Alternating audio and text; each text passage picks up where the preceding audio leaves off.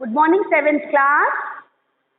आज की पिछली कक्षा में हमने पाठ 7 पूरा कंप्लीट कर लिया था। तो आज उसी क्रम को आगे बढ़ाते हुए पाठ 8 देखिए। पाठ 8 बाल महाभारत कथा से द्रोणाचार्य, जिसका शीर्षक है द्रोणाचार्य, इसके बारे में आज हम अध्ययन करेंगे। चलिए पहले चैप्टर रीड करते हैं। सबसे पहले पेज नंबर 16, पृष्ठ संख्या 16। द्रोणाचार्य। आचार्य द्रोण महर्षि भरद्वाज के पुत्र थे। ये उनका परिचय है। आचार्य द्रोण महर्षि भारद्वाज के पुत्र थे। पांचाल नरेश का पुत्र द्रुपद भी द्रोण के साथ ही भारद्वाज आश्रम में शिक्षा पा रहा था। पांचाल नरेश का पुत्र द्रुपद भी द्रोण के साथ ही भारद्वाज आश्रम में शिक्षा पा रहा था। दोनों में गहरी मित्रता थी। किसमें आचार्य द्रोण थे और पांचाल नरेश द्रुपद, दोनों में गहरी मित्रता थी, दोस्ती थी, क्योंकि एक ही गुरुकुल में शिक्षा पा रहे थे। महर्षि भारद्वाज जो थे वो द्रोणाचार्य के पिता थे और द्रुपद के गुरु थे। द्रोणाचार्य के पिता और गुरु दोनों थे और द्रुपद के गुरु थे, और उन दोनों को ही शिक्षा वे प्रदान कर रहे थे और एक ही गुरुकुल में दोनों शिक्षा पा रहे थे। तो दोनों में गहरी मित्रता भी थी। ठीक है, गहरी दोस्ती थी। कभी कभी राजकुमार द्रुपद उत्साह में आकर द्रोण से यहाँ तक कह देता था कि पांचाल देश का राजा बन जाने पर मैं आधा राज्य तुम्हें दे दूंगा। अक्सर हम जब बातचीत करते हैं तो कभी कभी बहुत बड़ी बड़ी बातें कर जाते हैं। ठीक उसी तरह से कभी कभी उत्साह में आकर जो द्रुपद थे, पांचाल के राजकुमार द्रुपद थे, वो द्रोण से यहाँ तक भी कह देता था कि जब मैं राजा बन जाऊंगा पांचाल देश का तो मैं आधा राज्य तुम्हें दे दूंगा। शिक्षा समाप्त होने पर द्रोणाचार्य ने कृपाचार्य की बहन से ब्याह कर लिया। जब शिक्षा समाप्त हुई, बच्चे बड़े हुए दोनों, तो द्रोणाचार्य ने कृपाचार्य की बहन से विवाह किया।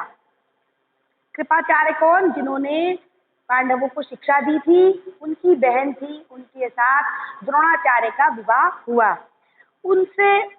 उससे उनके एक पुत्र हुआ जिसका नाम अश्वत्थामा रखा। अश्वत्थामा कौन थे? द्रोणाचार्य के पुत्र थे। द्रोण अपनी पत्नी और पुत्र को बड़ा प्रेम करते थे। जो आचार्य द्रोण थे वे अपनी पत्नी और पुत्र को बड़ा प्रेम करते थे। द्रोण बड़े गरीब थे। वह चाहते थे कि धन प्राप्त किया जाए और अपनी पत्नी व पुत्र के साथ सुख से रहा जाए। उन्हें खबर लगी कि परशुराम अपनी सारी संपत्ति गरीब ब्राह्मणों को बांट रहे हैं, तो भागे भागे उनके पास गए। लेकिन उनके पहुंचने पर परशुराम अपनी सारी संपत्ति वितरित कर चुके थे और वन गमन की तैयारी कर रहे थे। एक प्रकरण हुआ, उन्हें पता लगा, क्योंकि वो बहुत गरीब थे, उस समय ब्राह्मण थे और बहुत गरीब थे और अपनी पत्नी और पुत्र से बहुत प्यार करते थे और चाहते थे कि पत्नी और पुत्र के साथ सुख से रहें। तो तभी उन्हें ऐसा पता लगा किसी के माध्यम से कि जो परशुराम हैं वो अपनी सारी संपत्ति लोगों में, ब्राह्मणों में बांट रहे हैं, दान कर रहे हैं। तो संपत्ति लेने की इच्छा से, अमीर बनने की इच्छा से वे भागे भागे परशुराम के पास गए। लेकिन जब तक वो उनके पास पहुंचते तब तक परशुराम अपनी सारी संपत्ति लोगों में, ब्राह्मणों में बांट चुके थे। और जब बांट चुके थे और वन गमन की तैयारी, मतलब जंगल में जाने की तैयारी कर रहे थे तपस्या के लिए। ठीक है, तो जब वे पहुंचे तो सारी संपत्ति समाप्त हो चुकी थी। द्रोण को देखकर वह बोले, ब्राह्मण श्रेष्ठ, आपका स्वागत है, पर मेरे पास जो कुछ था वह मैं बांट चुका हूँ। अब यह मेरा शरीर और धनुर्विद्या ही है। बताइए मैं आपके लिए क्या करूं।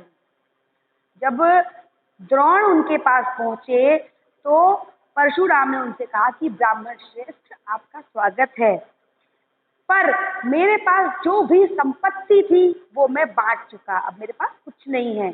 अब मेरे पास मेरी धनुर्विद्या और मेरा शरीर, ये दो वस्तुएं बची हैं। आपने पहले सुना होगा, बड़े बुजुर्ग कहते हैं, विद्या वो संपत्ति है जिसे कोई छीन नहीं सकता, बांटोगे तो बढ़ेगी। ठीक है, बहुत ही चर्चित बात है ये, बहुत सुना होगा। उस बात का मर्म यहाँ पर है कि सब बांट दिया, लेकिन विद्या उनके पास थी, और उनके पास उस वक्त क्या था, उनका स्वयं का शरीर, यानी कि उनके पास इसके अलावा कोई संपत्ति बची नहीं थी। तो उन्होंने कहा कि ये धनुर्विद्या और मेरा शरीर मेरे पास है, बताइए मैं आपके लिए क्या करूं। तब द्रोण ने उनसे सारे अस्त्रों के प्रयोग और रहस्य सिखाने की प्रार्थना की। अब द्रोण वहां तक गए थे, संपत्ति उन्हें मिल नहीं पाई क्योंकि वो विलंब से पहुंचे थे, देर से पहुंचे थे। तो उन्होंने कहा कि मुझे जो विद्या है आपकी वो दे दीजिए, मतलब विद्या सिखा दीजिए, जो शस्त्र चलाने की विद्या है, सारे अस्त्रों के प्रयोग और रहस्य सिखाने की प्रार्थना की। परशुराम ने ये प्रार्थना स्वीकार कर ली और द्रोण को धनुर्विद्या की पूरी शिक्षा दे दी, मतलब उन्हें जो शिक्षा उनके पास थी वो उन्हें प्रदान करी। कुछ समय बाद राजकुमार द्रुपद के पिता का देहावसान हो गया और द्रुपद राजगद्दी पर बैठे। कुछ समय बाद जो उनके मित्र थे, जो उनके बालपन के मित्र थे, द्रोण के बालपन के मित्र द्रुपद के पिता का जब देहावसान हुआ, कि वो युवराज थे, तो पिता के स्थान पर राजगद्दी पर बैठे। द्रोणाचार्य को जब द्रुपद के पांचाल नरेश देश का राजगद्दी पर बैठने की खबर लगी, तो यह सुनकर वह बड़े प्रसन्न हुए और राजा द्रुपद से मिलने पांचाल देश को चल पड़े। प्रसन्नता हुई, बहुत खुश हुए और अपने जो पांचाल नरेश हैं द्रुपद, उनसे मिलने पांचाल देश को चले गए। उन्हें गुरु के आश्रम में द्रुपद के लड़कपन में की गई बात याद थी, मतलब बचपन में, लड़कपन में मतलब जब वे छोटे बालक थे तब उन्होंने जो बात कही थी, द्रोणाचार्य को वो बात याद थी। सोचा यदि आधा राज्य ना भी देगा तो कम से कम कुछ धन तो जरूर ही देगा। यह आशा लेकर द्रोणाचार्य राजा द्रुपद के पास पहुंचे और बोले, मित्र द्रुपद, मुझे पहचानते हो ना, मैं तुम्हारा बालपन का मित्र द्रोण हूँ। किस आशा से गए थे द्रोणाचार्य द्रुपद के पास, कि बचपन में जब ये कहते थे द्रुपद की मैं आधा राज्य जब राजा बनूंगा तुम्हें दे दूंगा, तो उन्होंने सोचा, द्रोणाचार्य ने ये सोचा कि आधा राज्य ना भी देंगे तो कुछ धन तो देंगे ही, राजा बन गए हैं और बचपन के मित्र हैं, तो आधा राज्य संभव है ना दें, लेकिन कुछ धन तो देंगे ही। ये सोच करके द्रुपद के पास पहुंचे और उन्हें याद दिलाया कि मित्र द्रुपद, तुम मुझे पहचानते तो हो ना, मैं तुम्हारे बालपन का मित्र द्रोण हूँ। ऐश्वर्य के मद में मत हुए राजा द्रुपद को द्रोणाचार्य का आना बुरा लगा और द्रोण का अपने साथ मित्र का सा व्यवहार करना तो और भी अखरा। अब यहाँ पर क्या हुआ, जो द्रुपद थे उस समय राजा बने थे, ऐश्वर्य का मद था, घमंड था, अपनी संपत्ति का, अपने राज्य का, अपने पद का, ऐश्वर्य का उन्हें बहुत घमंड हो गया था और उस समय उनको द्रोण का आना अच्छा नहीं लगा। और इसके संग संग जब द्रोण ने उनके संग मित्रवत व्यवहार वार्तालाप किया, मतलब दोस्त की तरह बातचीत करी, दोस्त की तरह उनके संग व्यवहार किया, ये उन्हें और भी ज्यादा बुरा लगा। क्यों? क्योंकि उस समय वो एक राजा थे और ये एक गरीब, जो द्रोण थे वो एक गरीब ब्राह्मण थे। उन्हें लगा कि स्तर का बहुत अंतर है, कहाँ मैं एक राजा और कहाँ एक गरीब ब्राह्मण। ठीक है, तो उन्हें लगा कि ऐसी कैसी मित्रता हो सकती है। घमंड आया हुआ था बहुत ज्यादा उन्हें, अपने संपत्ति का, अपने ऐश्वर्य का, अपने पद का, तो इस कारण उन्हें बहुत बुरा लगा।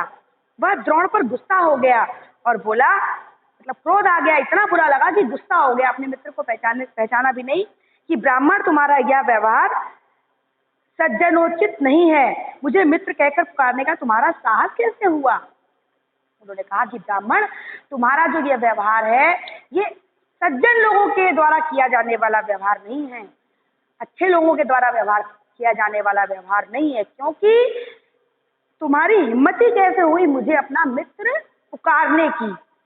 सिंहासन पर बैठे हुए एक राजा के साथ एक दरिद्र प्रजाजन की मित्रता कभी हुई है? उसने प्रश्न किया, सिंहासन पर बैठा हुआ राजा और एक दरिद्र ब्राह्मण, मतलब एक गरीब ब्राह्मण, ऐसे लोगों में कभी मित्रता हुई है? मतलब उनका कहने का मतलब था कि ऐसे लोगों में तो मित्रता का कोई औचित्य ही नहीं है। तुम्हारी बुद्धि कितनी कच्ची है, लड़कपन में लाचारी के कारण हम दोनों को जो साथ रहना पड़ा, उसके आधार पर तुम द्रुपद से मित्रता का दावा करने लगे। मतलब उन्हें नीचा दिखाते हुए, अपमानित करते हुए बोला कि बचपन में लाचारी के कारण, मजबूरी के कारण जो हमें साथ रहना पड़ा, तो तुम द्रुपद नरेश के संग मित्रता का दावा कर रहे हो, मतलब राजा को अपना दोस्त बता रहे हो। बचपन में तो मजबूरी में साथ रहे थे, हमें शिक्षा एक साथ लेनी थी। दरिद्र की धनी के साथ, मूर्ख की विद्वान के साथ और कायर की वीर के साथ मित्रता कहीं हो सकती है? मतलब मुझे तुच्छ साबित करने के लिए, नीच साबित करने के लिए राजा ने बहुत ही अपमानजनक शब्द कहे। बोला कि दरिद्र की धनी के साथ, मतलब एक गरीब आदमी की, एक पैसे वाले के साथ, मूर्ख की विद्वान के साथ और कायर की वीर के साथ कभी मित्रता हो सकती है क्या? मित्रता बराबरी की हैसियत वालों में ही होती है। तो ये भी कहा कि मित्रता हमेशा बराबर की हैसियत, यानी कि जिनका स्तर बराबर हो, उनमें होती है। जो किसी राज्य का स्वामी ना हो, वह राजा का मित्र कभी हो नहीं सकता। उन्होंने कहा, उसको तुच्छ साबित करने के लिए धिक्कारते हुए और अपमानित करते हुए कहा कि जो किसी राज्य का स्वामी ना हो, वो किसी राजा का मित्र नहीं हो सकता। द्रुपद की इन कठोर गर्भोक्तियों को सुनकर द्रोणाचार्य बड़े लज्जित हुए और उन्हें क्रोध भी बहुत आया। गर्भोक्तियों मतलब गर्व से भरी हुई उक्तियों। द्रुपद की इन कठोर, बहुत सख्त, मतलब कड़वे वचन थे, और गर्भोक्तियों यानी गर्व से भरी हुई उक्तियों, गर्व से भरी हुई बातों, घमंड से भरी हुई बातों। गर्भोक्तियों का मतलब गर्व, घमंड से भरी हुई बातों को सुनकर द्रोणाचार्य बड़े लज्जित हुए, उन्हें बहुत शर्म आई और उन्हें क्रोध भी बहुत आया, यानी कि उन्हें उसकी बातों से शर्म आई, लज्जित महसूस हुआ और क्रोध भी बहुत आया, गुस्सा भी बहुत आया। उन्होंने निश्चय किया कि मैं इस अभिमानी राजा को सबक सिखाऊंगा और बचपन में जो मित्रता की बात हुई थी उसे पूरा करके चैन लूंगा। अब वे जिद पे आ गए। कौन? द्रोणाचार्य। किस बात पे? अपने अपमान होने के कारण।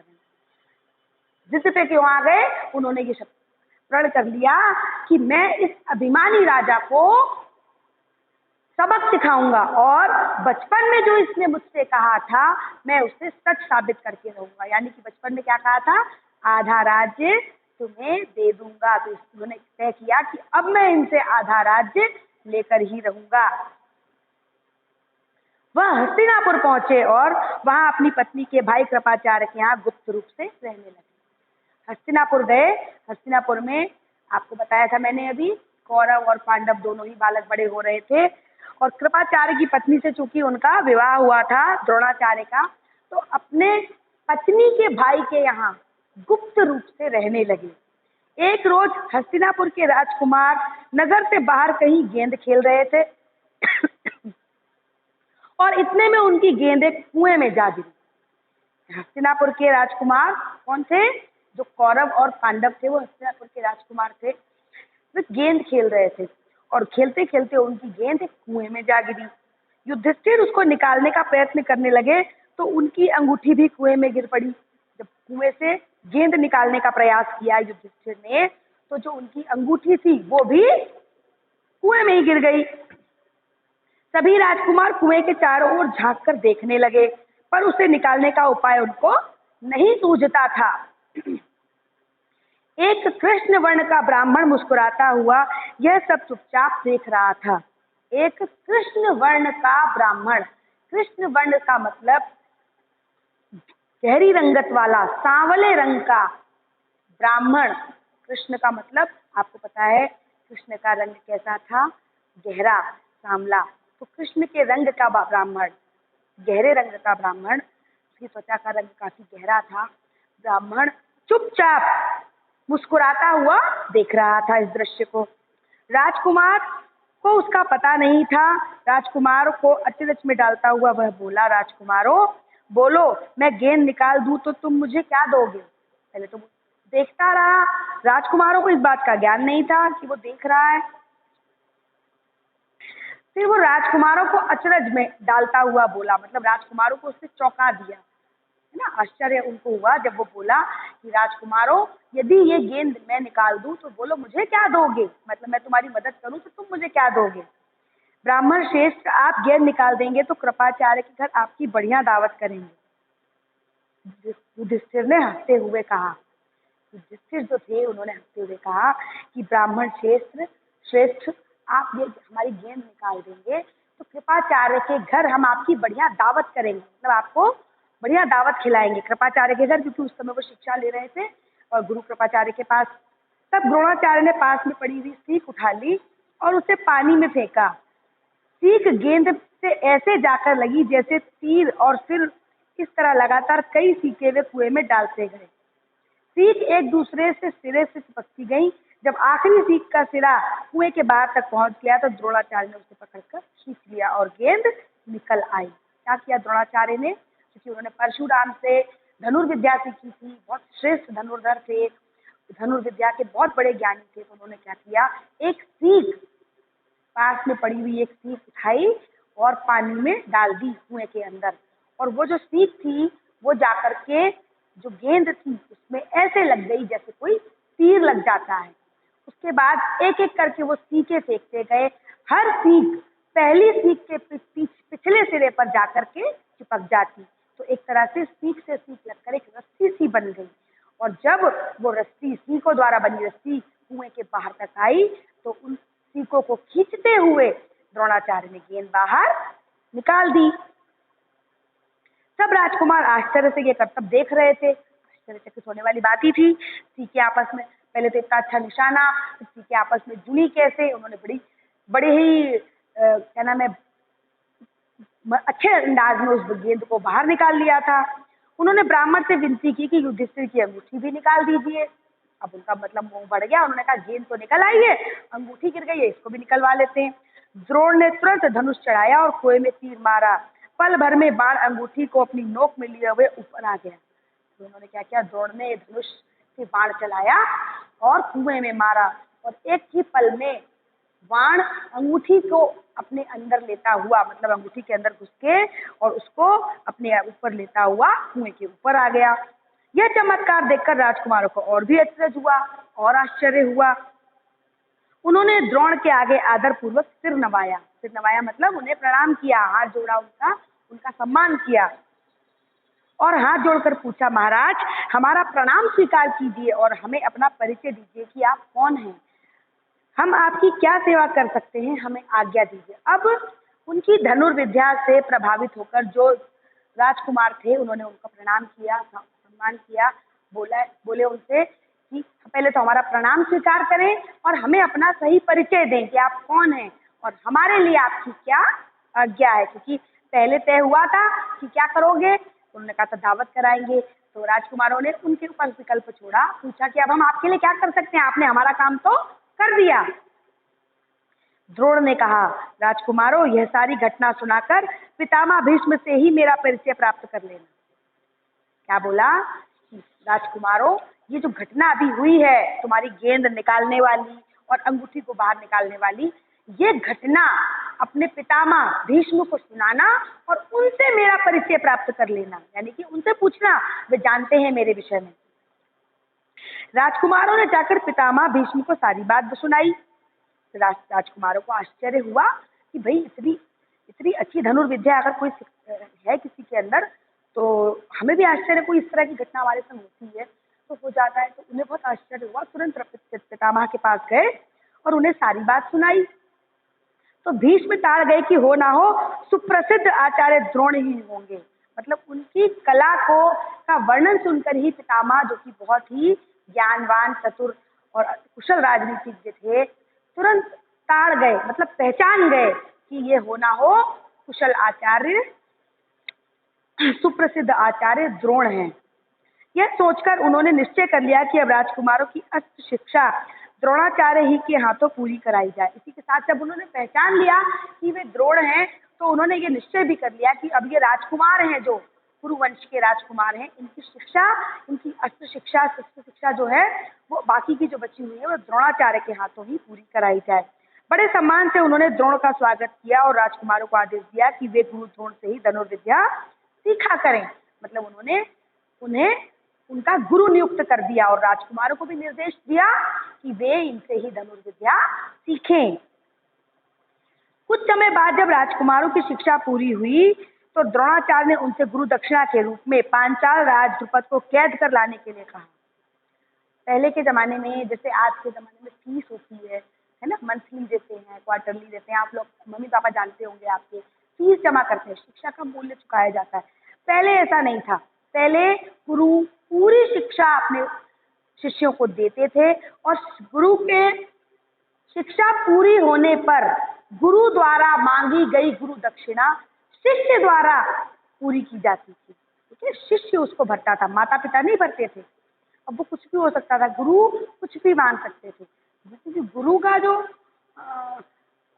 भरण पोषण था वो शिक्षा को बेचते नहीं थे, वो शिक्षा सिखाते थे।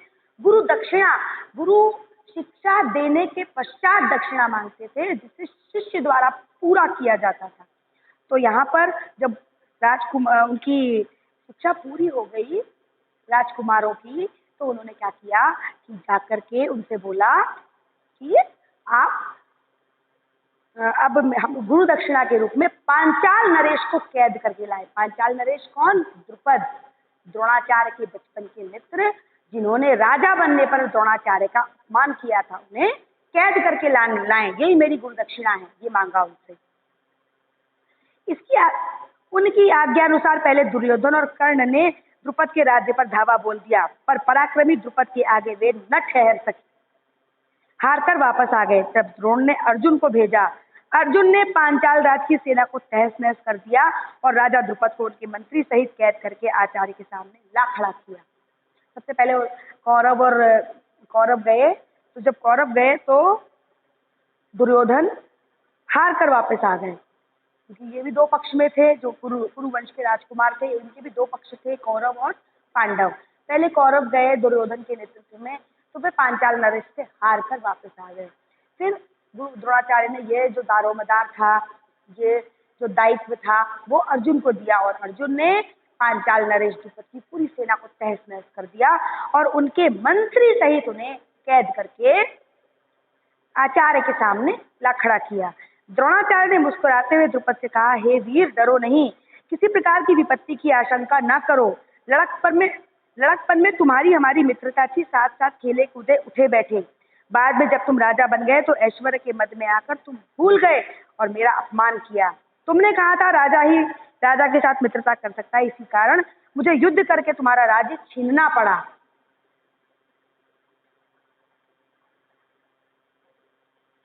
अब उन्होंने क्या कहा, द्रोणाचार्य ने द्रुपद से कहा कि मित्र डरो नहीं, वीर डरो नहीं, किसी प्रकार की अनहोनी से डरो नहीं, तुम्हें विपत्ति का एहसास नहीं होना चाहिए, डरना नहीं चाहिए, क्योंकि हम लड़कपन में एक साथ खेले हैं, उठे हैं, बैठे हैं। लड़कपन में तुमने एक बात कही थी, जिसे राजा बनने पर तुमने मेरा अपमान भी किया, ऐश्वर्य के मध्य में तुम मुझे भूल गए और तुमने एक बात कही कि राजा ही राजा का मित्र हो सकता है। मैं इस कारण मुझे तुमसे युद्ध करना पड़ा, तुम्हारे राज्य को छीनना पड़ा। मैंने तुम्हारा राज्य इसलिए नहीं छीना कि मैं तुम्हें कोई हानि पहुंचाना चाहता हूँ, मैं अपनी मित्रता को निरंतर रखना चाहता हूँ, इसलिए मुझे तुमसे राज्य छीनना पड़ा। अब क्योंकि मैंने तुमसे राज्य छीन लिया तो तुम्हारे पास राज्य नहीं रहा, तो फिर मेरी तुम्हारी मित्रता नहीं हो पाएगी, क्योंकि अब तुम राजा नहीं रहे, मैं राजा बन गया। तो उन्होंने कहा कि आधा राज्य मैं तुम्हें वापस देता हूँ, अब आधे राज्य के राजा तुम हो, आधे राज्य का मैं, तो दोनों ही राजा हैं, और अब चूंकि हम दोनों राजा हैं तो अब हम मित्र बन सकते हैं। ठीक है, उन्होंने कहा परंतु मैं तुम्हारे साथ मित्रता ही चाहता हूँ, इसलिए आधा राज्य तुम्हें वापस लौटाता हूँ, क्योंकि मेरा मित्र बनने के लिए भी तुम्हें राज्य चाहिए ना। मित्रता तो बराबरी की हैसियत वालों में ही हो सकती है। राजा द्रुपद द्वारा किसी समय की गई अपमानजनक बात को ही उनके सामने रखकर उन्होंने अपने अपमान का बदला भी ले लिया। द्रोणाचार्य ने इसे अपमान का काफी बदला समझा और उन्होंने द्रुपद को बड़े सम्मान के साथ विदा किया। मतलब यहाँ पर आकर जब उन्होंने आधा राज्य उनसे ले लिया तो उन्होंने कहा मेरा अपमान तो पूरा हुआ, और उन्होंने द्रुपद को माफ भी कर दिया और सम्मान के साथ उन्हें विदा किया। क्योंकि वो हार के आए थे, चाहते तो उनका और अपमान कर सकते थे, लेकिन उन्होंने ऐसा नहीं किया। उन्होंने कहा जितना मेरा अपमान हुआ था इतना तो इनका हो गया, तो अब मैं इन्हें क्षमा करता हूँ, और सम्मान के साथ मित्र की तरह, राजा की तरह वहां से विदा किया। इस प्रकार राजा द्रुपद का गर्व चूर हो गया, लेकिन बदले से घृणा दूर नहीं होती। इस प्रकार राजा द्रुपद का मद चूर हो गया, यानी घमंड टूट गया। लेकिन कभी भी ये बात ध्यान रखना, बदला जब हम लेते हैं उससे घृणा दूर नहीं होती। किसी के अपमान को ठेस लगने पर जो पीड़ा होती है उसे सहन करना बड़ा कठिन होता है।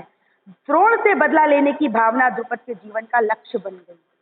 द्रोण से बदला लेना, अब चूंकि आधा राज्य ले लिया था, अपमान भी हुआ था, तो अब द्रुपद के मन में द्रोण से बदला लेने की भावना उनके जीवन का लक्ष्य बन गई। वो जिंदा थे केवल इसलिए कि मुझे द्रोण से बदला लेना है।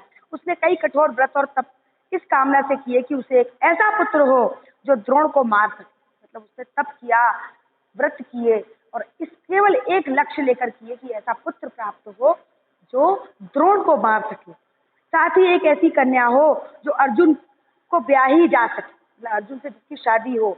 आखिर उसकी कामना पूरी हुई। उसकी उसके धृष्टद्युम्न नामक एक पुत्र हुआ और द्रौपदी नाम की कन्या। उसको आगे चल के अपने तप के प्रभाव से धृष्टद्युम्न नामक पुत्र हुआ और द्रौपदी नामक एक कन्या हुई। आगे चलकर कुरुक्षेत्र की रणभूमि में अजय द्रोणाचार्य इसी धृष्टद्युम्न के हाथों मारे गए। अजय मतलब उन्हें कोई हरा नहीं सकता था। जब तक वे स्वयं अपने हथियार न रखें तब तक उन्हें कोई हरा नहीं सकता था। और कुरुक्षेत्र के युद्ध में वे किससे हारे? इसी द्रुपद के पुत्र धृष्टद्युम्न के द्वारा वे मारे गए। ठीक है, इसी के साथ इस चैप्टर की रीडिंग खत्म होती है। ठीक है, तो आगे हम अगली कक्षा में इसी पाठ से संबंधित प्रश्न उत्तर हल करेंगे। आज के लिए इतना ही पर्याप्त है। कुछ बच्चों की कॉपी किताबें कंप्लीट नहीं हो रही हैं, मेरे पास क्वेरी आ रही है, बच्चे प्रॉपर काम नहीं कर रहे हैं। इन्हीं कक्षाओं के आधार पर आपके PT2 एग्जाम संपन्न होने हैं। तो गंभीरता के साथ हमारे साथ निरंतर चलते हुए काम को एक साथ करते रहें, ये बहुत ज़रूरी है। सभी बच्चे अपने काम को नियमित रूप से करें। आज के लिए इतना ही काफ़ी है। ठीक है।